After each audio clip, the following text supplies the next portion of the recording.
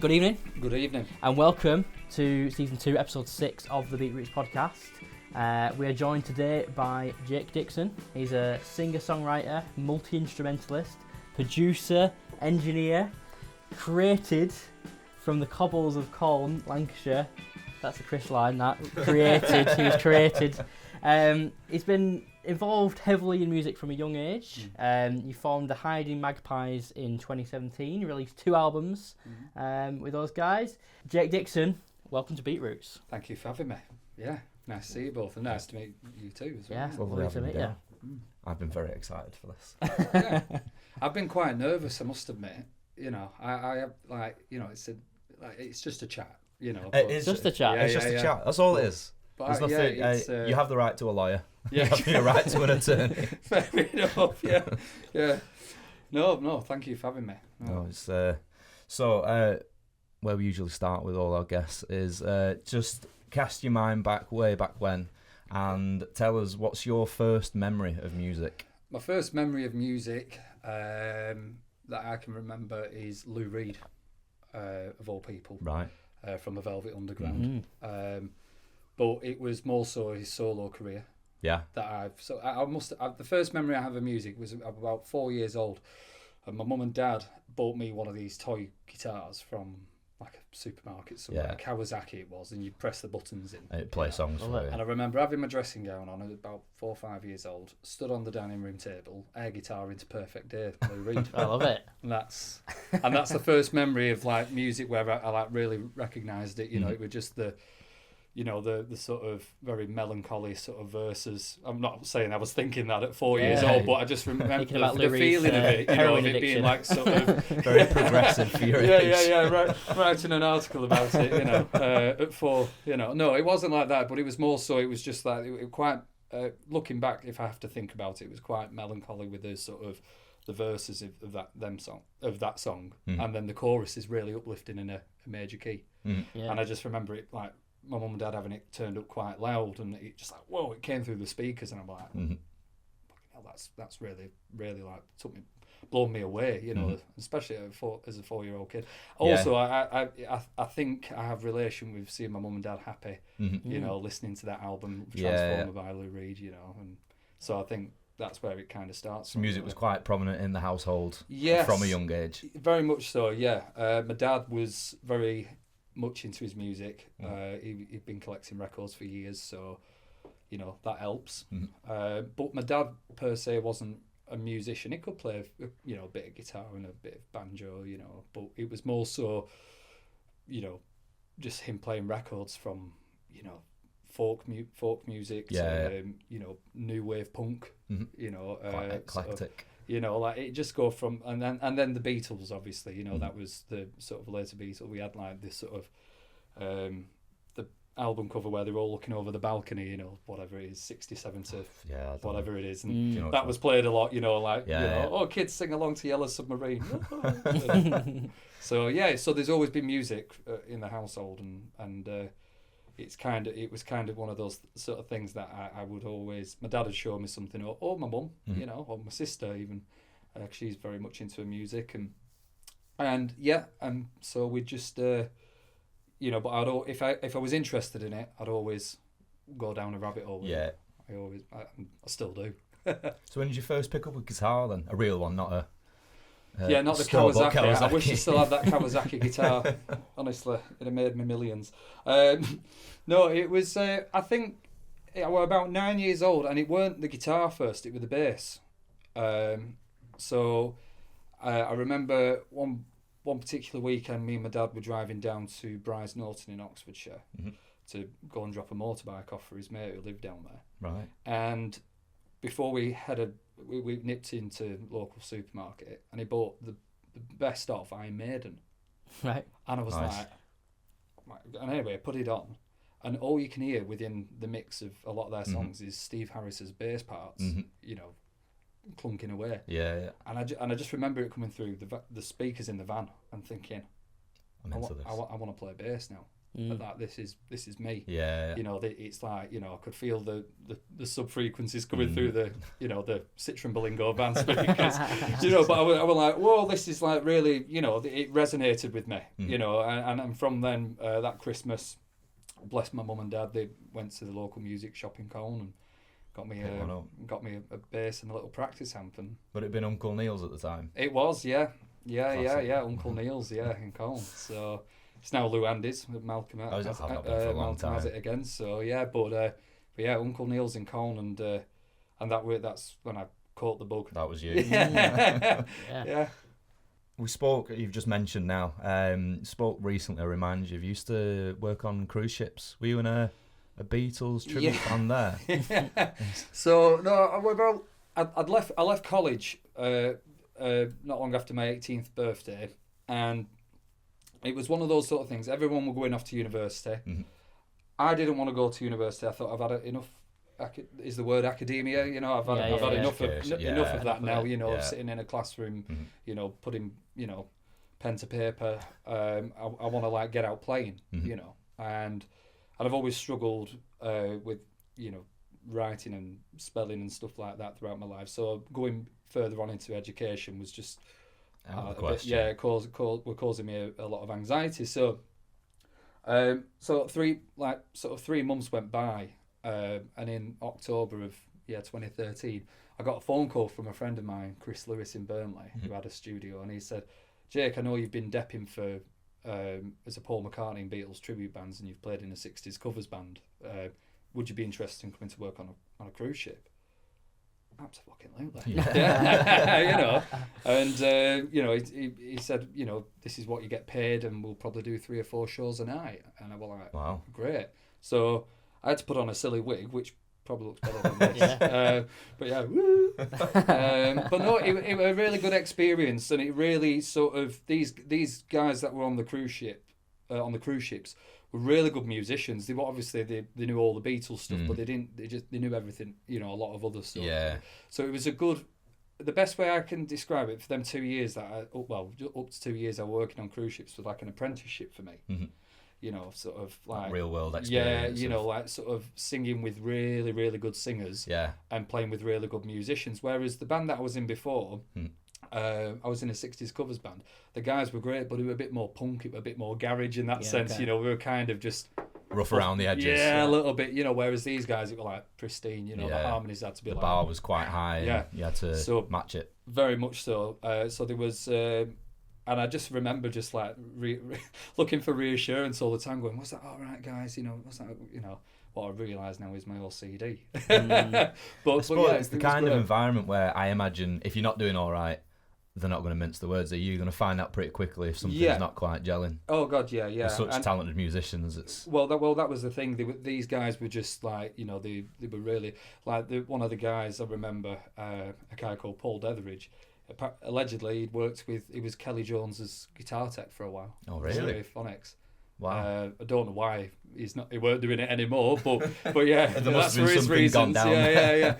But yeah, it was just like, you know, so these guys, and like Paul Detheridge, this guy who was like, he was doing the John Lennon parts, you know, so you're not really having to push the vocal too much for the John, but he was like sort of, he could sing all the McCartney parts, you know, so it was like, whew, this guy's good. Yeah. You know, he had just this range on him that were just like out of this world. And for 18, 19-year-old lad that I was, it was a bit like intimidating, but in a good way, but kind of made me think, I've got to do that now. Yeah. You know, like I've got to, you know, get match fit. Yeah. So, and I to a degree I did, but I was still, you know, like I said, it was a good apprenticeship. Yeah. Yeah.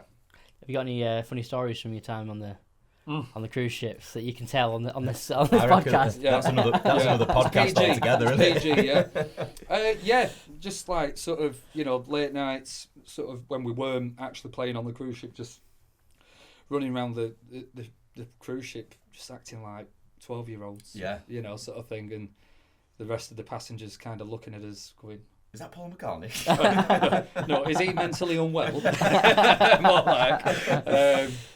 So yeah, but no, it was just it was a really good experience, and there were many good laughs, and just, you know, there were a lot of comedic value to it as well. You know, there was a lot of comedic value to it as well.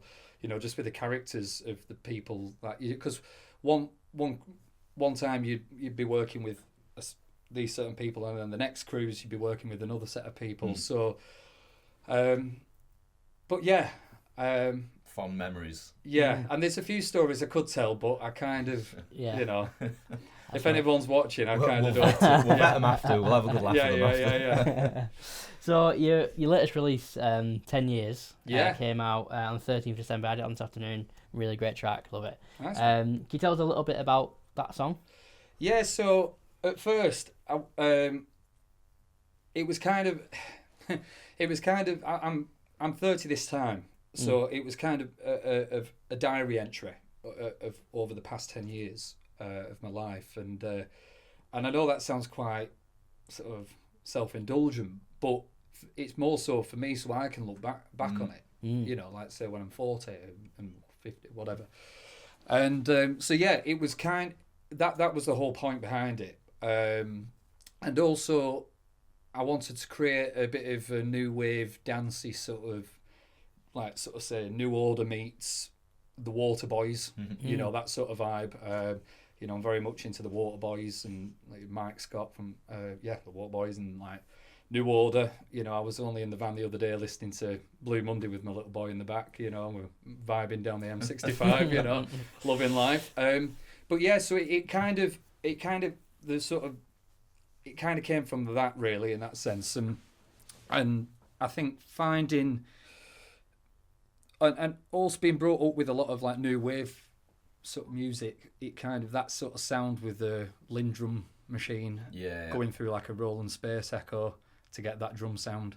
And that's the thing as well when I'm writing a song, like say for like 10 years, you know, I just want to create a vibe first. And then I'll put the lyrics down, you know, that's, you know, and just to create this sonic world, because it's got to the point now as a small town songwriter that I am, is where it's like, I can't just sometimes sit down with an acoustic anymore and just go, you know, the weather is grey today and, you know, I still love you. It don't work like that for me anymore.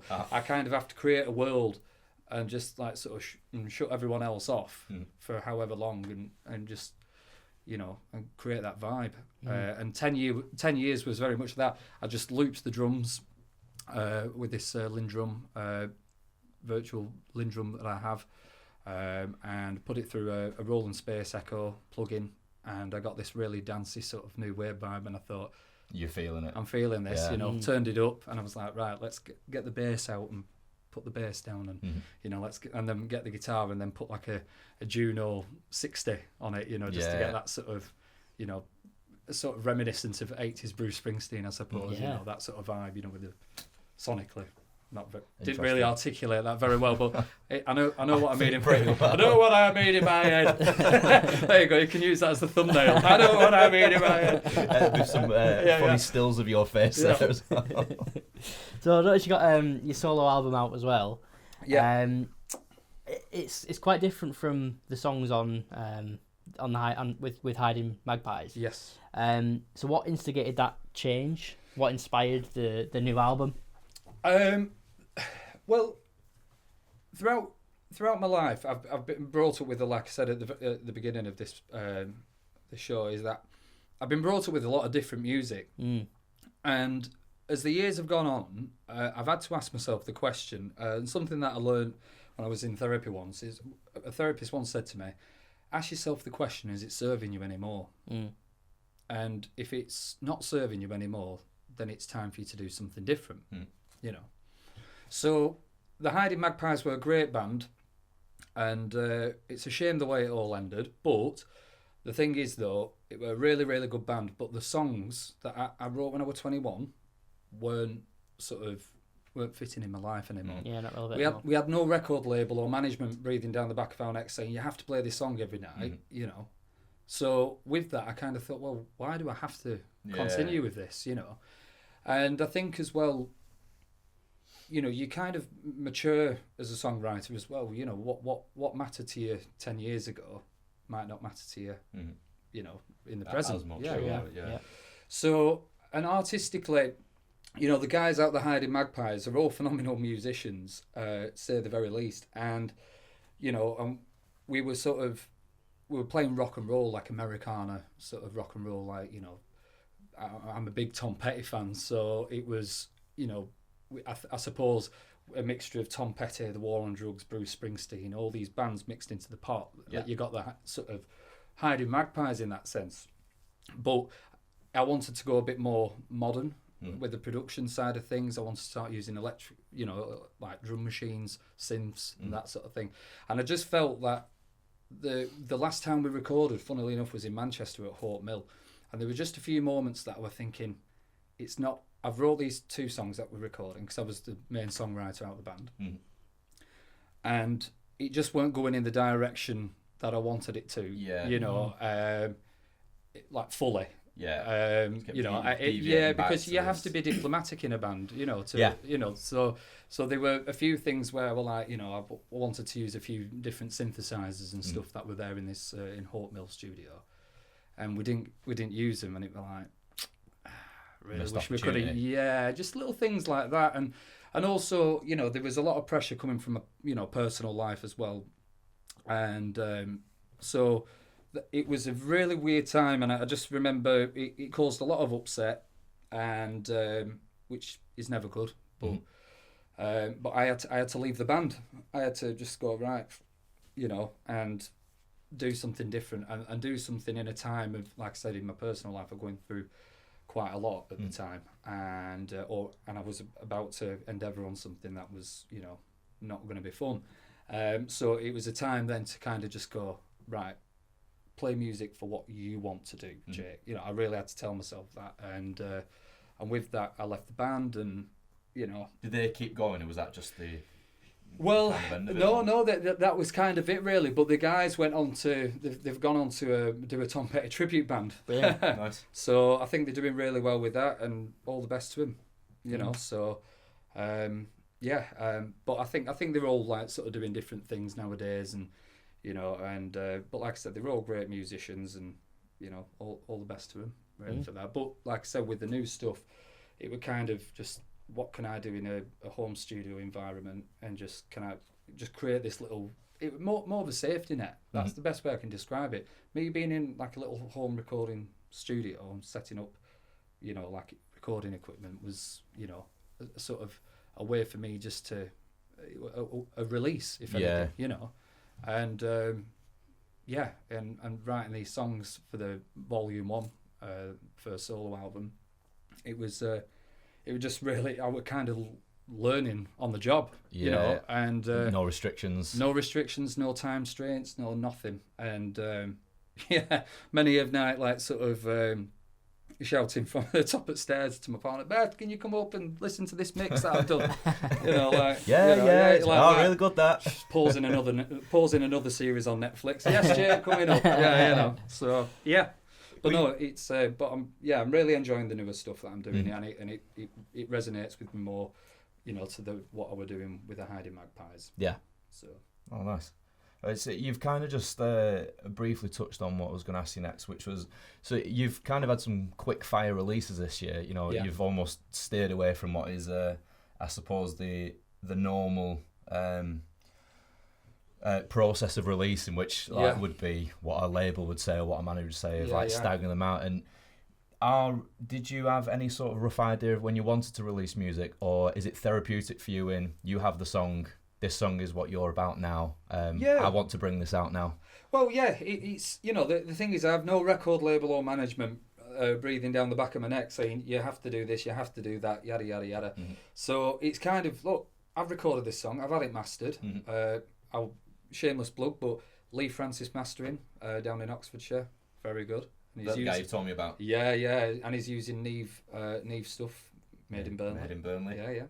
Yeah. So shameless plug. But no, I'll just release it when I want to fucking release it. Yeah. You know, I think that's the thing. It's like, you know, I think we kind of have, obviously there's an algorithm. And I remember the keys player in the Magpies, he used to say that a lot to me. You know, there's an algorithm, there's a way to do it, Jake. You know, like, let's get all our ducks in a row. Well, I'm not bothered about that. Yeah. I just want to release it because it's our music, or it's my music, or our music. Let's just get it out. And if people, if they want to listen to it, they'll listen to it. You can't force things down people's necks. No. And that's what I find in this, like from what I found throughout the music industry, you can't force it down people's necks. It's very hard to do that. So you kind of just go, I don't know, just do music for you. And if you're not doing it for you, then who else are you doing it for? Christ, sound like Rick Rubin there, don't I? You know what I mean? But it's very true. Yeah, it is very so, very true. Like I said, it was a bit of a quick fire thing. I'm very, with my ADHD, it's like I've got a hamster on a wheel in my head. So I'm kind of just like, let's do it now. Impulsive. A bit impulsive, yeah. And sometimes it's a blessing, and sometimes it's a curse. With music, I think it's a blessing because I just think, get it out there. I'm tired of, why do I have to sit on it for 3 months? And at the end of the day, it's nice that people, like I've had a few messages from people who I knew from when I was in the Hiding Magpies. They've messaged me and said, really like this new stuff, like hats off to you, and I've now downloaded it from Bandcamp or whatever it is, and we're listening to it at home. It sounds really good, and that's and that in itself, the fact that I've gone away on my own, sort of wrote the songs and then mixed it, recorded it, mixed it. The only thing I haven't done is the mastering. So when you're getting positive feedback from people, saying that it sounds really good on, on my hi-fi, stereo or my Alexa speaker or whatever it may be. It's a nice feeling that, because you kind of think, because I think, right, so I can do it. Don't need someone with a big mixing desk. As much as that's lovely, I'm not discriminating. There's a convenience that comes with it. Yeah, there's. But I think the home recording thing is just like, it's great. Yeah, it's great. You can go to your own toilet. You can go and put the kettle on. And what more do you want? Save yourself about $4,000. Yeah. Well, they serve a purpose, and the expertise you can get with going to some of these studios is invaluable. Oh God, yeah. Creativity and inspiration, you can do anywhere, can't you? You can. So you can, and you don't. And the thing is, like, I don't. I had to sell a lot of my equipment and stuff that I once had. I had a lot of nice guitars from like Rickenbacker's, Gretschers, and stuff like that. And I had to sell a lot of them, sadly. But the thing is, I made the first record with like, a Squier Jazzmaster. A Squier Mustang bass and a Sigma acoustic guitar, minimal stuff, and just kind of used what I had and the knowledge that I had to go, You've shown that you can do it with anything, can't you? That's it. You don't need a lot of expensive stuff, and a lot of it comes within the playing, and the performance of the recording. And also as well, like, when you've got your own little home recording setup, you can do as many takes as you want. It's only you that you're pissing off. Yeah. So no. I suppose. Just to ask, how are you? Oh, such a bad wording of the question. I stuttered over myself then. So obviously you're doing a lot yourself now. You're a full-time musician. Yeah. You're a relatively new dad as well. Congratulations. Thank you. By the way. How do you find balancing all of that with being a dad now? I've never been asked that. It's a bit of a left turn there. It's not so much musical, but no. Well, it's. I had to go down the legal route to try and gain contact with my son. I thought that was the best thing to do. So I did. And it's great because I have him 2 days a week now.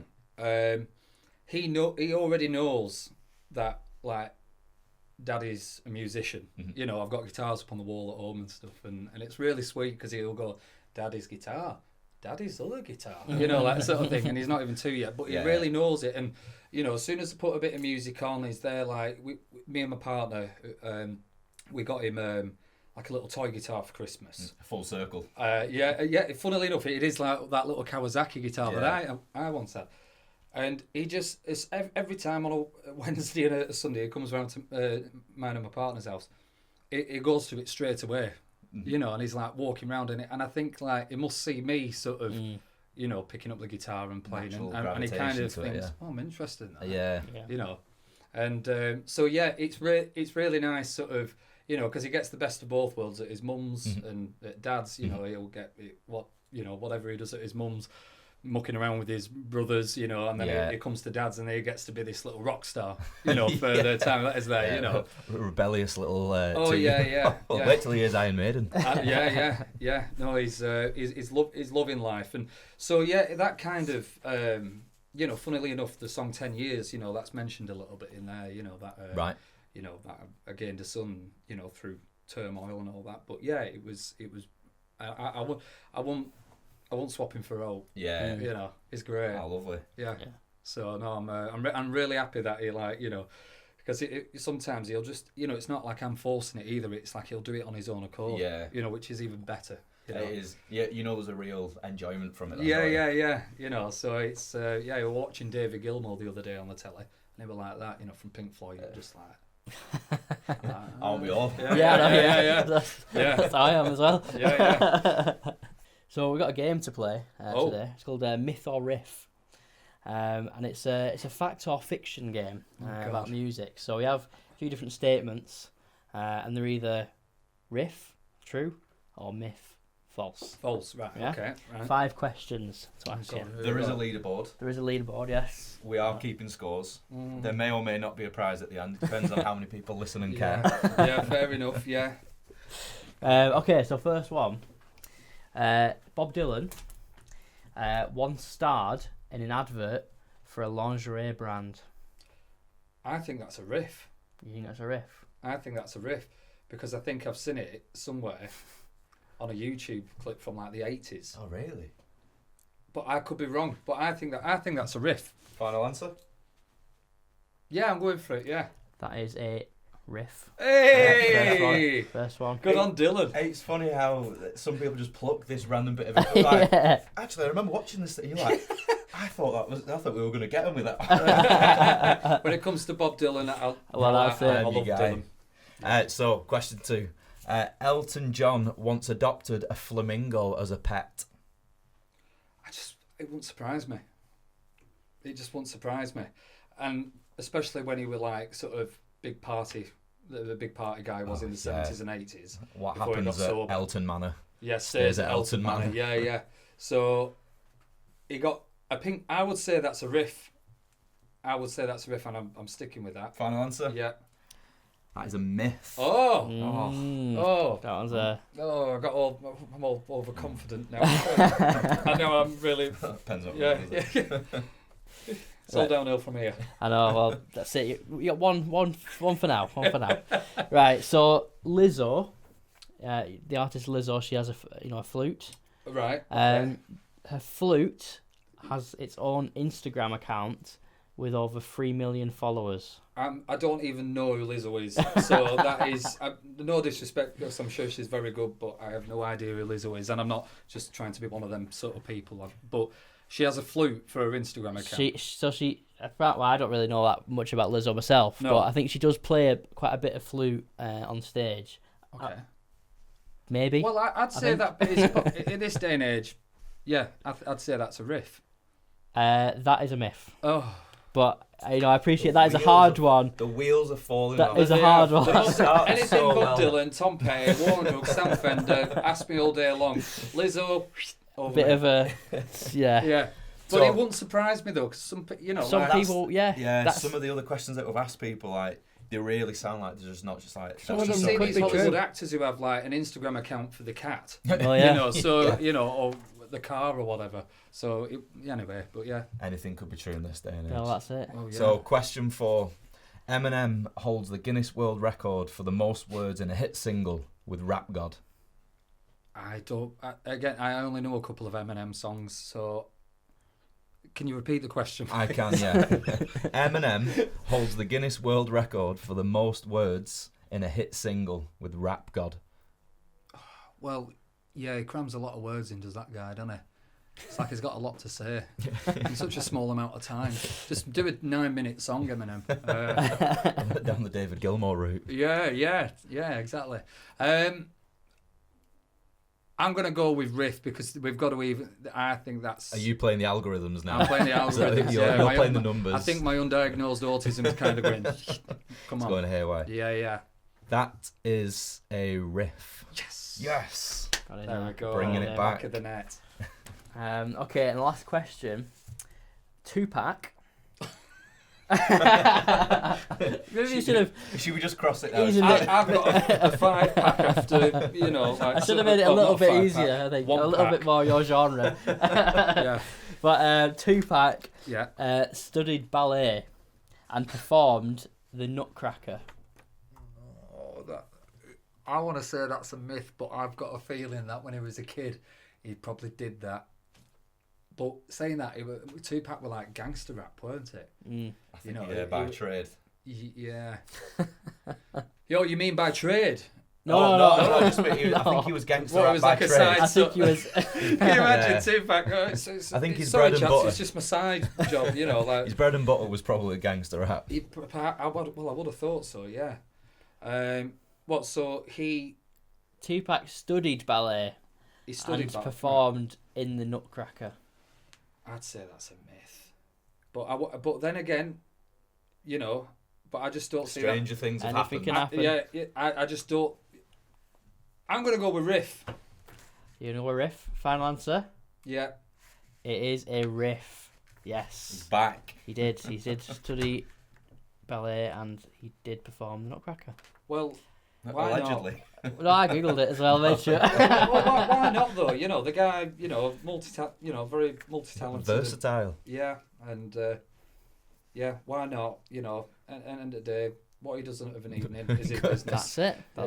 Good on him. Good on him. I hope he's doing all right. Tom Waits. It's funny because I've been listening to a Tom Waits album on the way over here, an album called Rain Dogs, like from the mid '80s. If you get the chance to listen to it, it's the most wacky. It's a really wacky album, and I love it. But I read an interview that like Tom Waits, like of an evening, like is this eccentric character, you know, and like all these great musicians have worked with him over the years. But then, come like sort of 4 or 5 o'clock, he leaves the studio and he goes back to his wife and kids and his, you know, husband and dad. Yeah. I think Eminem's like that. Yeah. I heard. You know, I've had enough. They've got that switch that Yeah, they can just, I'm done. It's a job. You It know. just turns off at 5 o'clock. Yeah. quite respectable. Yeah, it is. It is. And I think it's healthy, really. So when Tupac was alive, for him to go off and study ballet on an evening and perform in the Nutcracker, why not? I'd love to know what came first. Yeah. The chicken or the egg, the Nutcracker or the rat.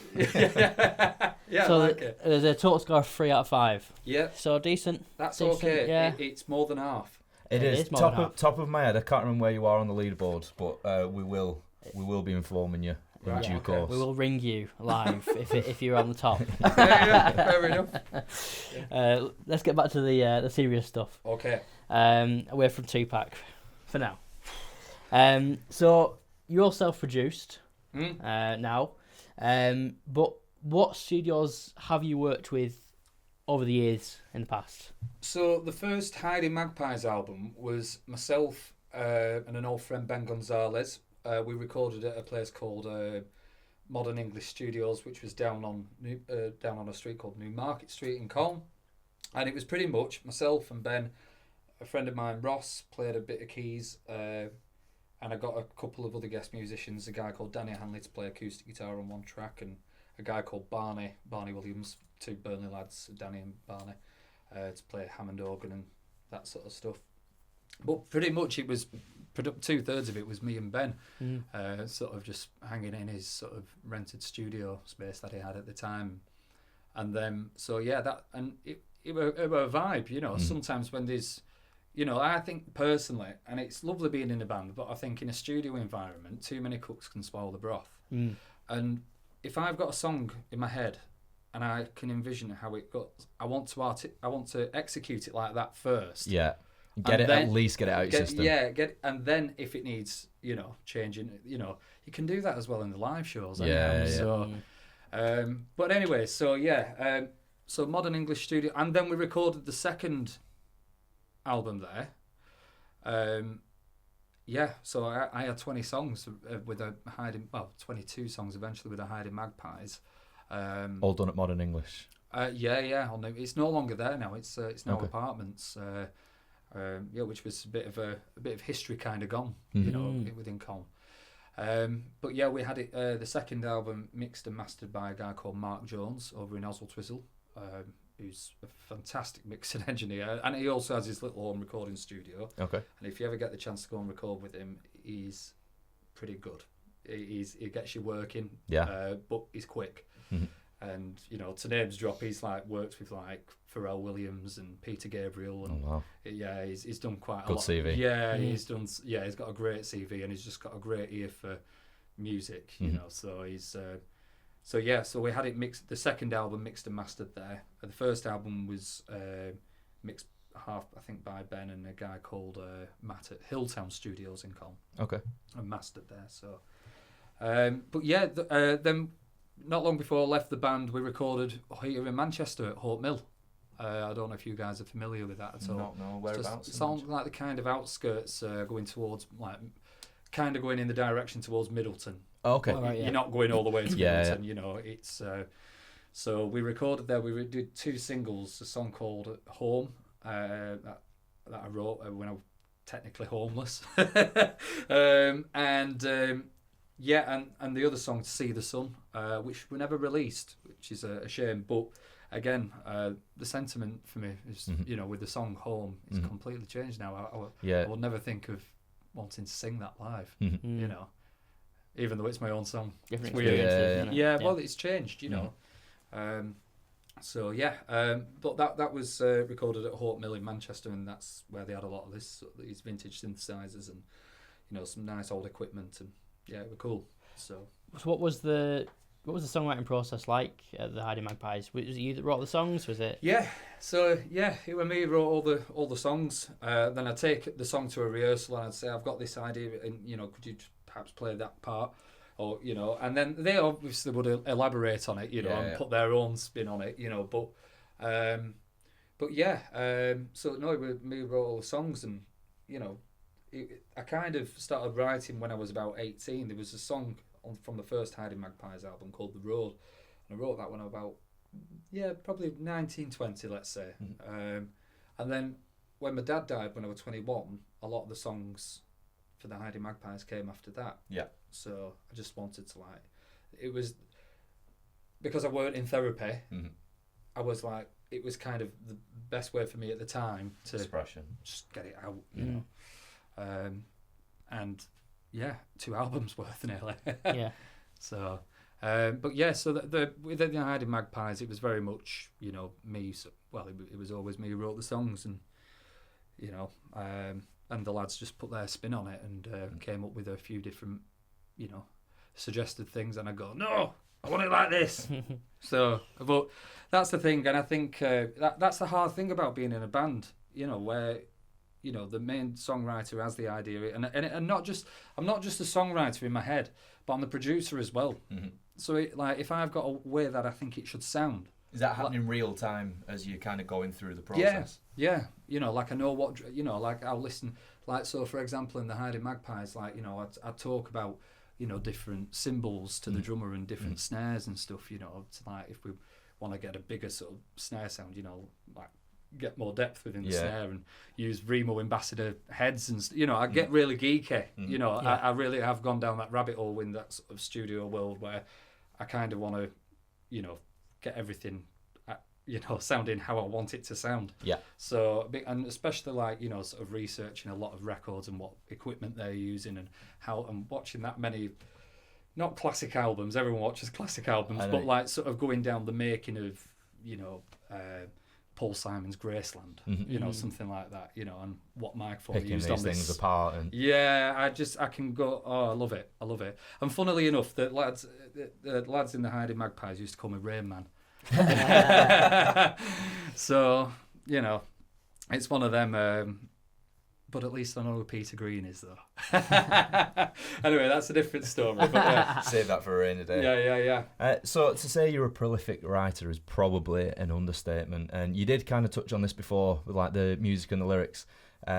you said the music always comes first, like vibe. Has it always been like that, or have you had something to say before you've had something to play? It depends. It depends on the sort of moment you're in, I think. I don't know how you guys feel about that in the cabs, but it is one of those sort of things. Like sometimes I'll be walking my dog of an evening, and then funnily enough, it was only a few weeks ago, I came back in and my partner was watching telly and she was like, "Oh, do you want that?" And I just went, "Wait there," like on my phone on the voice before memo, you forget it, or like notes on my phone just to get these lyrics down. I haven't used them yet within a song, but sometimes the lyrics come first, sometimes the music comes first. Do you have a melody in mind with the lyrics, or are they very much just words on a piece of paper? No, I'll sing. I won't just like, it's not like poetry in a sense. I'll sort of sing the words out with a melody. Yeah, and like there's already a melody there 9 times out of 10.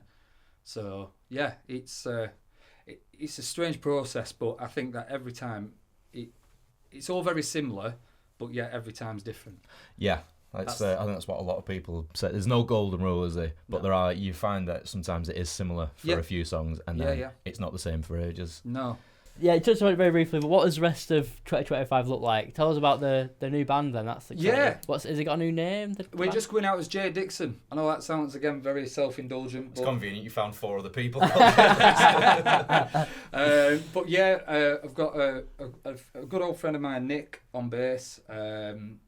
Years back when I was living on my own, I sold him, I had an old Fender Precision bass that I sold to him.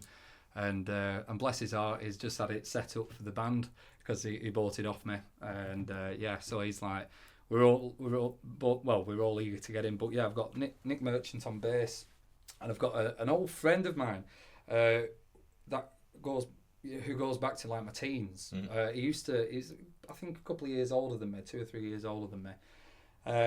But I used to see him in bands, playing drums in bands at like the local band nights at the pubs and stuff like that, when we were like, I must have been like sort of 13, 14, and he were like 16, 17, a bit cooler, like sort of drinking Guinness, like, so, and he were really good then. Anyway, he's lived in London for the past 10 years of his life, and he's moved back up north, and he's looking for an originals band. And I met up with him a few weeks back, and it was just like, this is great. The vibes, like what we were talking about, we were both talking about drums. He's just bought a new Gretsch kit.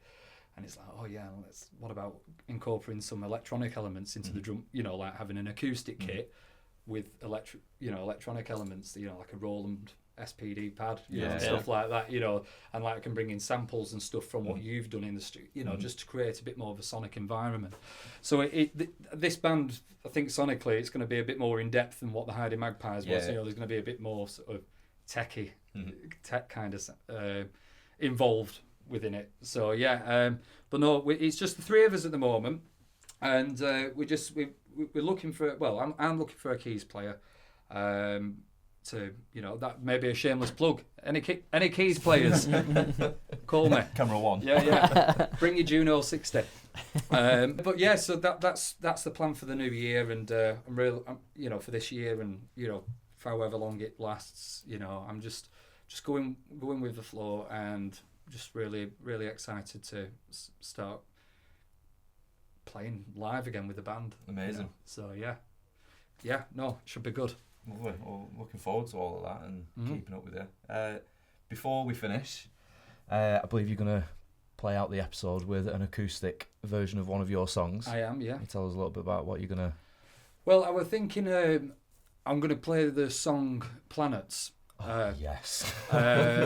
Simply because I know you mentioned it earlier on, and you was on about the beginning of the track. Yeah. You said, there's like some crackling at the beginning of the track, and I went, yeah, I know.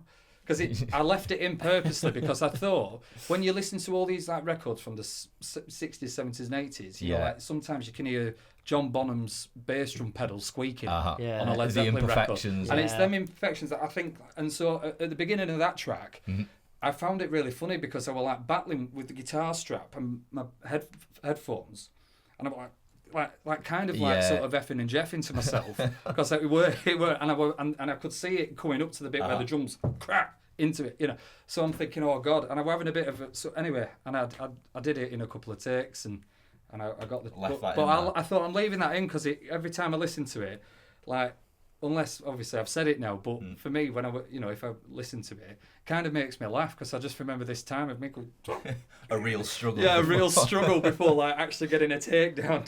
So you're going to be doing that in this. I'm going to be playing it, yeah, but I'm not going to be. I'm going to well. try and get set up with a bit more. I've got some crackers in my pocket. I could just give it a go. yeah.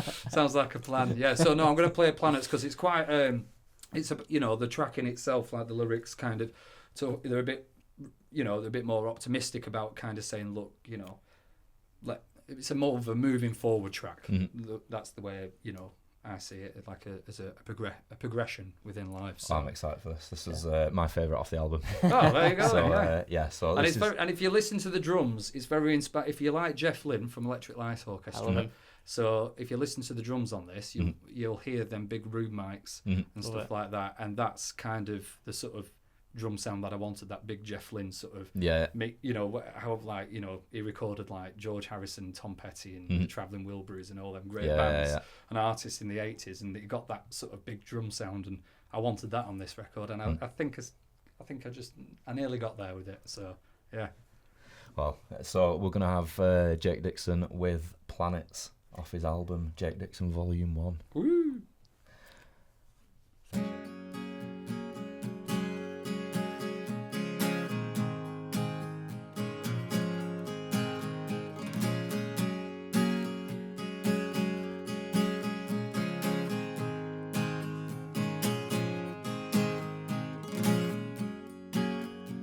I'm wading through the water to find a way out of here. All I know is my past traumas, and I'm learning to shift gear. It's gonna take some time to get where I need to be. All the future is uncertain. In life, there are no guarantees.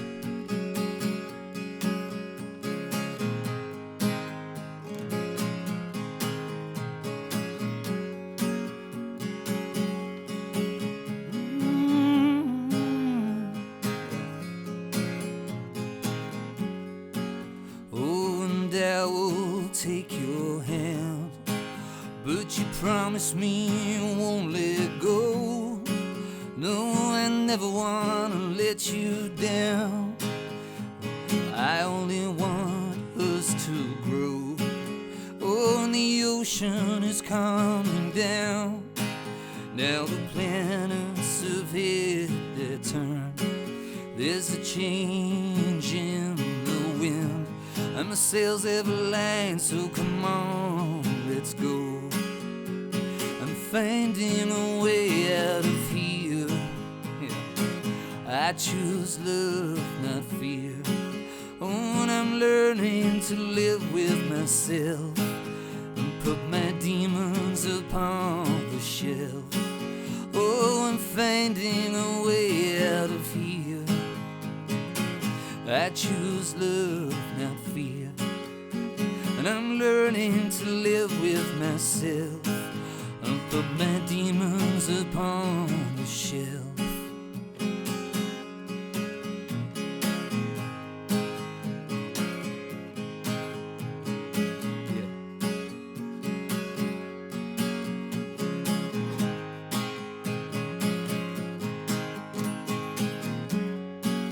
They say time is a healer. Oh, and all I wanna do is learn. I look at my grief in the mirror. Oh, and I know one day I'll take control. Oh, so I'm finding a way out of here.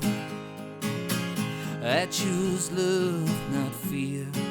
Oh, and I'm learning to live with myself and put my demons upon the shelf. Oh, I'm finding a way out of here. Oh, I choose love, not fear. Oh, and I'm learning to live with myself and put my demons upon the shelf. Oh, I'm finding a way.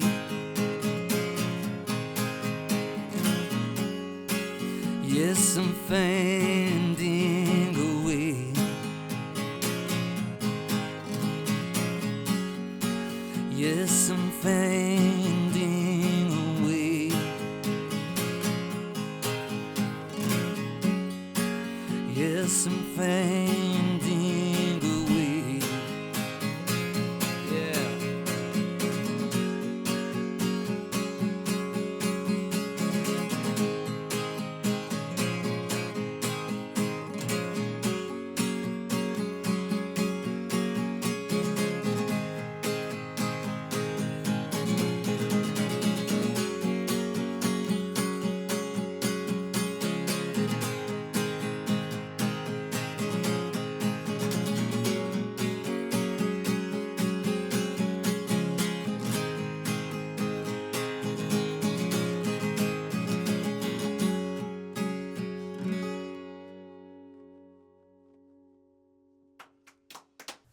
So that was Jake Dixon with Planets. I loved that. Yeah, that is my favourite. I'm knackered now. That is my favourite track on the album. So I really thank you for bringing that to us, and I hope everyone enjoys that. Thanks for coming down. It's been an absolute pleasure having you. It's been a long time coming. Yeah. Well, so, we go back to high school, don't we? We do go back to high school in the Iron Maiden days. I did have long hair. There was a lot longer hair. There was more hair. But yeah, no, it's been an absolute pleasure having you down. Thank you for coming. Thank you for inviting me. Thank you very much, Jake. Thank you. Best of luck for 2025, and I can't wait to come and see Jake Dixon and the Dixons. Cheers, Jake. Thank you. Cheers, thank you. Nice. This has been Season 2, Episode 6 of the Beatroots podcast. Join us next week. We are joined by Spangled. Woo! See you later. Thank you.